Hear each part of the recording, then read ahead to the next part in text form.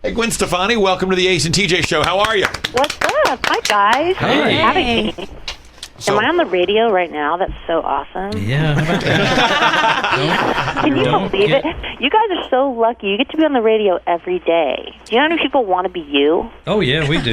Well, I know how many want to be me. I mean, these others are kind of like clingers on, but Oh, God.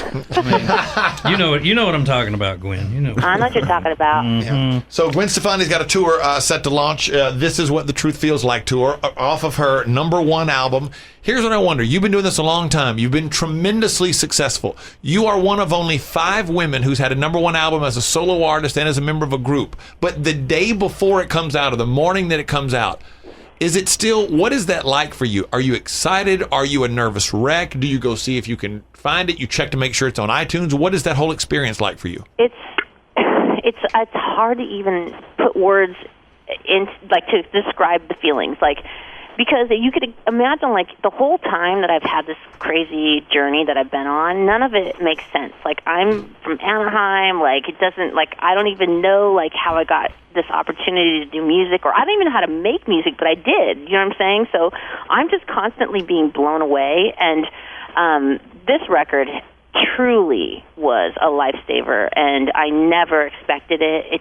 I never expected this whole year. I mean, this year has just been like, you couldn't write it. Like, it's crazy. And the music just kind of dropped out of the sky, and I was on my knees praying for something to happen different, and it just came. It came through me. And so I just feel so honored to be able to share it. And, you know, the thing that's so different about this record is that all is happening in real time. Like, you know, when I wrote The Tragic Kingdom, that record, it was written over 3 years by the time it came out. Like, it was old news. And, like, this is like, I wrote Used to Love You, and then it came out, like, 2 weeks later. Like, it was happening in real time, and I was sharing it in real time. And the same with the tour, you know, to be able to go out there now, only a few months later, and, like, face-to-face with the people that actually have been, like, supporting me, giving me love. Like, I feel that energy. Like, I have a relationship with these people for all these years that I don't know, but I'm going to face-to-face them, and we're going to sing to each other, and it's just going to be another part of this, like, incredible year. And so I feel so grateful. I mean, that's the only word I can think of to describe how I feel. But yes, I get nervous. Yes, I look. Yes, I'm tweeting. I'm looking. I'm you know, Instagramming. It's so fun to be able to have access to everybody. Whereas, you know, I had before, it wasn't like that. It was like, okay, let's drive to the P.O. box and let's get the 5 letters out of the mailbox and then write them back. Like, it's a different time period. So it's really cool. It's really fun. Well, this is Gwen Stefani we're talking to. And Gwen, this is TJ, and I have an uncanny ability to stay right on topic with celebrity interviews. So you're working closely with Carson Daly there on The Voice, right? Yes. Okay, now, do you know his radio producer, Angie?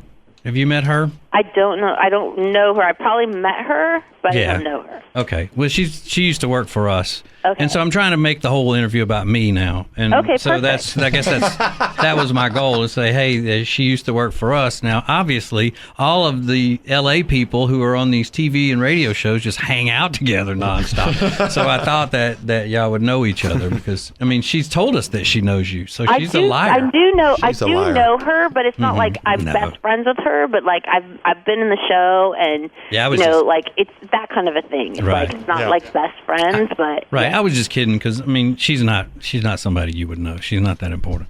Oh my God! No, I'm just kidding. Okay, so I'm this just is kidding. crazy. You're Right. trying to make me embarrassed. No, I'm just kidding. It worked. Hey, You made me embarrassed. Perfect. so how about that Blake? He's a tweeter, and he tweets a lot, doesn't he?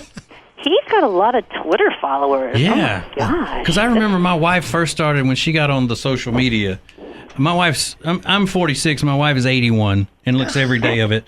But so whenever she first she couldn't figure out on her jitterbug phone how to get social media on there. So finally, once we got her hooked up, she kept going. She would look and she'd read Blake's tweets and she would laugh. And then next thing you know, she's saying, I think he's drinking when he's sending these tweets out to people. And he's funny and this, that, and the other. So that's another country singer my wife would rather have than me. So I just add that to the list right there with Luke Bryan and Kenny Chesney and anybody else who's ever put on a cowboy hat and walked on stage. Right there. We're talking to Gwen Stefani. Hey, Gwen, when you mentioned something a minute ago that you were looking for something, waiting for something, did you feel like you were at a career crossroads, that you were maybe teetering on the verge of what was going to happen with the rest of your career until this album came along and went number one? Yeah, I think I've been feeling that way for a long time. Like, I think you always feel that way. Do you know what I mean? I don't think you ever feel like, oh, I'm on top of the world and I'm going to be here forever. You know, it's always like, wow, like life is just always passing by. And I mean, everybody feels that way. So I think the last 5 years were definitely like a challenge. I think after I did the last No Doubt tour, which was right after Zuma was born, I went through a period of like really feeling burnout, you know what I mean? Like I had done so much, like given birth to 2 babies, like I did the Lamb, you know, both of my clothing lines were born, like I had done the No Doubt records, both of my solo records, and I think I just went through a period of like, wow, that was a lot of output, and I don't really know who I am right now, you know what I mean? Yeah.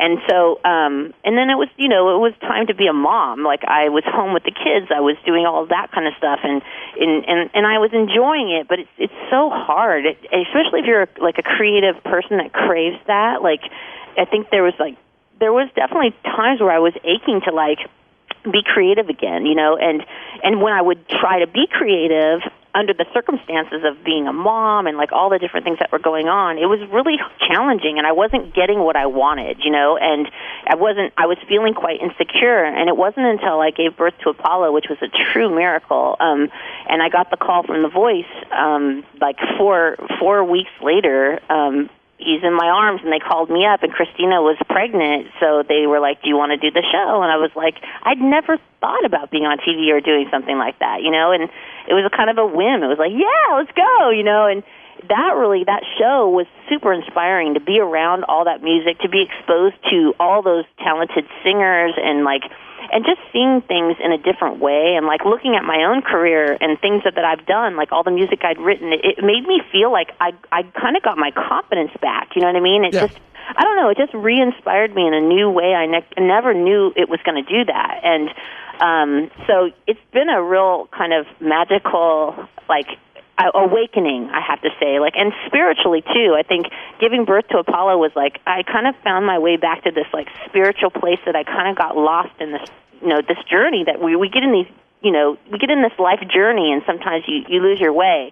So I think that was a huge thing for me, is to find my way back to my like spiritual side, and to be like just trying to find my gift again, you know, like finding like, why am I here? Like, the only thing that I'm good at, I think about it really, is like songwriting, and I don't even know how I do it. So that must be my gift. And if you have a gift, you got to share it. So that's kind of what saved me. And I just started, like, when everything fell apart, I just went there. And this is what this record is. This is what The Truth Feels Like. And this is what this tour is. And so for me to be able to be in this place, to be able to share this music with people and to come face to face with them and exchange that love again is going to be just like another layer of like, what is going on? How is this happening? And just makes you just believe in a higher power, you know what I mean? So I'm super grateful. I'm so excited. I don't even know what else to say right now to you guys on the radio, by the way. So Apollo is 2?